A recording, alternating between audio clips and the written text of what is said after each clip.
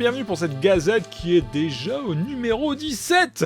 À la 18, on atteint la majorité et on se barre de la maison. Allez, trêve de plaisanterie et on démarre les news avec du lourd et du très très lourd.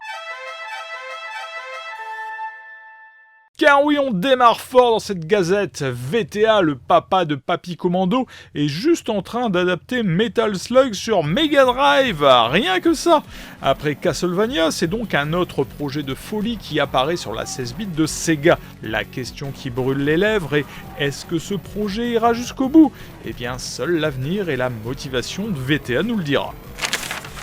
Dans les années 80, tout le monde ne possédait pas de console de jeu, mais vous pouviez vous adonner à des plaisirs vidéoludiques grâce à ce qu'on appelait des jeux électroniques. Les plus célèbres sont ceux de Nintendo, connus sous le nom de Game & Watch, car ils pouvaient également vous servir de réveil matin. En ce moment, il faut bien avouer que c'est la mode de porter ces jeux électroniques, ou même tabletop Nintendo, sur micro-ordinateur 8 bits de l'époque. On pourrait citer dernièrement Donkey Kong Jr. sur Commodore 64 par exemple, mais c'est Octopus, un autre classique de Nintendo qui débarque sur Amstrad CPC+, et GX4000 grâce à une équipe française, composée des célèbres titans Sutek et Ailleurs 61 de la scène Amstrad. Côté avancement, 80% de la version old school est terminée, mais une version deluxe adaptée aux capacités graphiques de l'Amstrad sera de la partie. Bref, encore une affaire à suivre. Et on continue sur Amstrad avec le portage d'un jeu nommé Los Amores de Brunilda, un jeu précédemment sorti sur ZX Spectrum et MSX2. Dans ce jeu, vous incarnerez des prêtres en pèlerinage qui vivront des aventures auxquelles ils ne s'attendaient pas. Le jeu est un mélange de jeu d'aventure et d'exploration où la partie narration semble plutôt bien mise en avant, en tout cas en tout début du jeu. Une production espagnole traduite en plusieurs langues qui semble classique au premier abord, mais qui a un je ne sais quoi d'accrocheur dans la manière de raconter son histoire.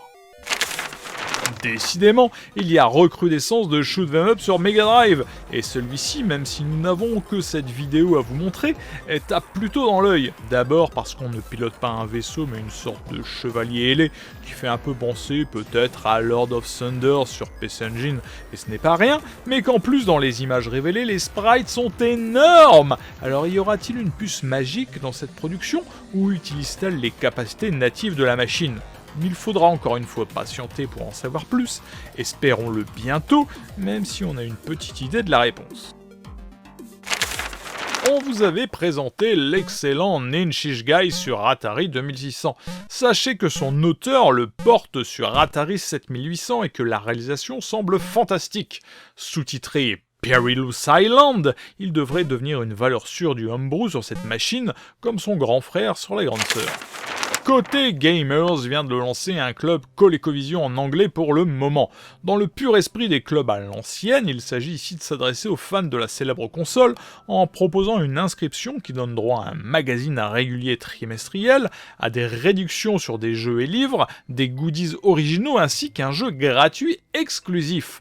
Le magazine est très complet et revient sur des jeux d'époque ainsi que des nouveautés de manière très approfondie à la côté gamers, si j'ai envie de dire. Le premier numéro traitera en profondeur de Jumpman Jr., comparera Gorf avec l'arcade, analysera l'univers si particulier de Phantom, dresse le bilan complet du jeu 4, signé Nicolas Campion, suivi d'une interview de ce programmeur et d'un dossier sur tous les freewares qu'il a créés à ce jour, et bien d'autres choses. Bref, si vous aimez la ColecoVision, il y a de fortes chances que vous ne puissiez pas passer à côté de ce club fait par des fans pour des fans. Un Metroid-like sur Commodore 64, ça vous tente? En plus, c'est la tendance en ce moment, et ce jeu qui va débarquer se nomme Lester, et vous met aux commandes de l'AR 2020, un robot envoyé pour libérer une station spatiale prise par une IA maléfique. Ok, le scénario est bateau, bidon et tout ce que vous voulez, mais matez-moi un peu ces images qui n'annoncent que du bon. Mais on sait que malheureusement ce jeu n'en est qu'à ses débuts, et pourtant il semble présenter un style artistique déjà très cute, et bien sûr comme dans tout jeu de ce type qui se respecte, des ennemis sont à combattre, des tonnes de salles à visiter, des objets à collecter qui augmenteront vos capacités, et surtout une map pour s'y retrouver, et tout cela dans un jeu qui se déroulera dans une station spatiale où les drones de sécurité ont perdu la tête, avec des environnements pleins de secrets à découvrir et des ennemis mortels à abattre. Bref, celui-là on l'attend encore plus que le nouveau Metroid, qu'on n'attend plus puisqu'il est sorti. La SNES Dev Game Jam 2021 est terminée et seuls 4 jeux ont été proposés lors du concours, ce qui est très peu au vu des quantités de jeux que peuvent se targuer d'avoir les autres concours de développement, mais voyons donc le classement. En 4ème position, on trouve Super Rambler qui est un jeu de type Time Attack ne comportant qu'un seul niveau. C'est un premier essai de son auteur Torte00 en utilisant la librairie de développement d'Alec Moll qu'on ne présente plus sur la chaîne. Le but du jeu est simple, amener le plus rapidement possible à la fin du niveau votre personnage et le faire s'asseoir sur un spot où il pourra se reposer en contemplant l'horizon. Rien de plus, rien de moins, mais programmer sur Super Nintendo n'est pas une mince affaire et on ne peut encourager l'auteur qu'à continuer. Dans Incognity, a Rover Story, vous incarnerez un rover sur un astéroïde étrange. En collectant des ressources, vous pouvez débloquer des technologies améliorées, concevoir de meilleurs rovers et atteindre des zones éloignées. Mais les habitants aliens ne sont pas très heureux de votre incursion. Dit comme ça, on pourrait penser à un jeu d'exploration, et c'est un peu le cas, mais il y a une composante création du rover, récolte et exploration qui semble très complexe, surtout au niveau de l'interface utilisateur du jeu qui fait que, sincèrement, je n'ai pas compris grand chose à part que j'ai réussi à récolter quelques ressources sans retrouver ma base mère, et car j'ai trouvé la carte du jeu assez peu lisible. L'idée, le concept du jeu semble très intéressant, mais l'expérience utilisateur est à mon goût à revoir. Doughty Dreadnought, qu'on trouve uniquement en seconde position, ce qui est étonnant vu sa qualité, est un jeu d'action et de plateforme mettant en scène une petite sorcière et son hibou. Le test de ce jeu de grande qualité a été réalisé dans la Gazette du Retro Gaming numéro 15, et nous sommes donc très étonnés de ne le voir qu'à la seconde position, vu son haut niveau de réalisation. Nous voilà donc pressés de voir la star du podium de cette SNES Dev Game Jam 2021, qui n'est d'autre que Sure Instinct. Sure Instinct est un jeu de réflexion basé sur une balle que vous devrez diriger à travers des cartes pour atteindre le but de chacune justement de ces cartes. Par exemple, sur celle du tutoriel, qui est déjà un vrai défi, mais il faut trouver la sortie. Le jeu se joue sur 2 perspectives. En effet, la zone de jeu a 2 faces, et vous pouvez passer d'une face à l'autre pour atteindre des zones inaccessibles. Des objets sont récoltables, achetables, pour ouvrir des portes ou vous sauver de situations dangereuses. Ce jeu fait clairement penser à un jeu micro-ordinateur de l'ère 16 bits, et pas vraiment à un jeu Super Nintendo. Et est-ce pour cela qu'il est premier sur le podium? Nous ne saurons le dire, même s'il ne démérite clairement pas sa première place. J'avoue avoir un faible plus prononcé pour Doughty Dreadnought, mais c'est certainement car la petite sorcière fait plus appel à mes réflexes qu'à ma réflexion. Tous ces jeux sont téléchargeables gratuitement grâce à l'URL que vous trouverez dans la description de cette vidéo, bien entendu. Le nom de Switchblade 2 vous dit certainement quelque chose. Ce jeu d'action plateforme labyrinthique a fait les beaux jours de possesseurs d'Amiga et d'Atari ST en 1991. Mais il est presque certain que peu d'acheteurs ou possesseurs du jeu par n'importe quel autre moyen savaient qu'il possédait en fait un jeu supplémentaire caché. Et quand on dit jeu supplémentaire, on ne parle pas ici d'un mini-jeu ou d'une courte démo, mais bien de quelque chose de qualité. Mais d'abord, apprenons à le débloquer. Pour cela, nous utiliserons la version Amiga. Désolé pour les possesseurs d'Atari, mais vous pourrez toujours essayer pour voir si ça marche. À l'écran titre du jeu, tapez au clavier le mot Chrome. Oui, comme le navigateur internet. Mais attention, possesseur d'émulateur, au clavier AZERTY, il faudrait plutôt écrire CHRO,E en remplaçant le M par la virgule. À ce moment-là, le jeu caché se charge, et même si ce dernier semble assez conceptuel dans son univers, dans sa représentation, dirons-nous, le but est simple, contrôler une balle devant arriver au bout du niveau. Le jeu est pourtant étrangement addictif et de qualité. Votre balle peut tirer un nombre limité de balles, ce qui est cocasse, doit atteindre la fin du niveau en un temps imparti, et acquérir de nouvelles capacités ou des malus grâce aux dalles posées sur le sol. Certaines vous permettront de sauter plus haut, d'autres vous feront perdre du temps, ou vous scotcheront au sol sans pouvoir en décoller. Ce jeu bonus aurait certainement pu à l'époque faire un jeu à part entière, avec un marketing adapté et une boîte dessinée à la manière d'un jeu Psygnosis. En tout cas, maintenant vous possédez peut-être un nouveau jeu dans votre ludothèque Amiga, et on dit merci qui? Eh ben merci la Gazette. Puzzle Bubble est certainement un phénomène auquel vous n'avez pas pu passer à côté.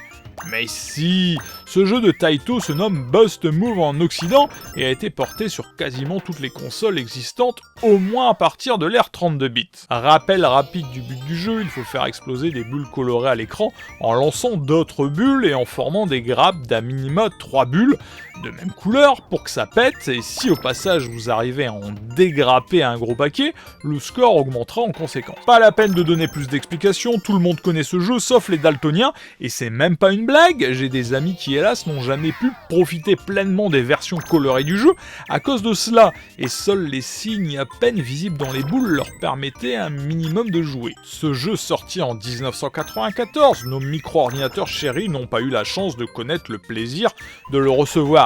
Eh bien, c'est chose réparée aujourd'hui avec cette version Amstrad CPC créée par la team Crazy Piri. Et une fois n'est pas coutume, nous allons commencer par les points négatifs de cette conversion, car il y en a tellement peu qu'on va tout de suite les balayer d'un revers de la main. Alors premièrement, dans la version arcade, lorsque votre boule est lancée, vous pouvez préparer à l'avance votre prochain coup en bougeant votre viseur. Ici, ce n'est pas possible, ce qui casse un tout petit peu la vitesse du jeu, mais qui vous donne un peu plus de temps de réflexion pour le prochain coup, ce qui est finalement pas forcément un mal. Secondo, le dégrappage des boules est visuellement limité à une explosion plus qu'à une chute. Et tertio, le jeu ne propose pas de mode de joueur. Voilà, la Gazette vient de prendre beaucoup de plaisir avec les mouches et autres drosophiles.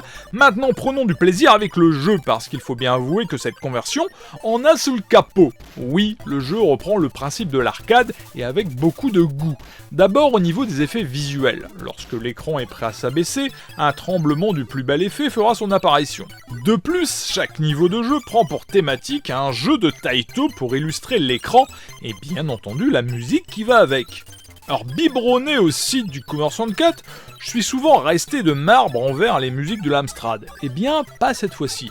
Tous les thèmes mythiques de Puzzle Bobble, Rainbow Island, Bubble Bobble, Chase HQ, News Island Story et j'en passe sont présents et résonnent de fort belle manière à nos oreilles. Et en parlant de parties sonores, même les digitalisations vocales du jeu sont présentes. Et que dire de la partie graphique ? Déjà, l'écran d'accueil fait très jeu d'arcade japonais. Oui, c'est con à dire, mais on n'a pas l'impression d'être devant un portage fait par des Européens ou des Américains d'US Gold ou d'Océan. Et le reste est du même acabit. Alors oui, c'est moins fin que l'arcade, mais tout est extrêmement lisible. La barre de visée reste toujours présente lors des niveaux, alors qu'elle disparaît dès le premier niveau passé en arcade. Et finalement, ce n'est pas du luxe, car le jeu n'est pas des plus simples.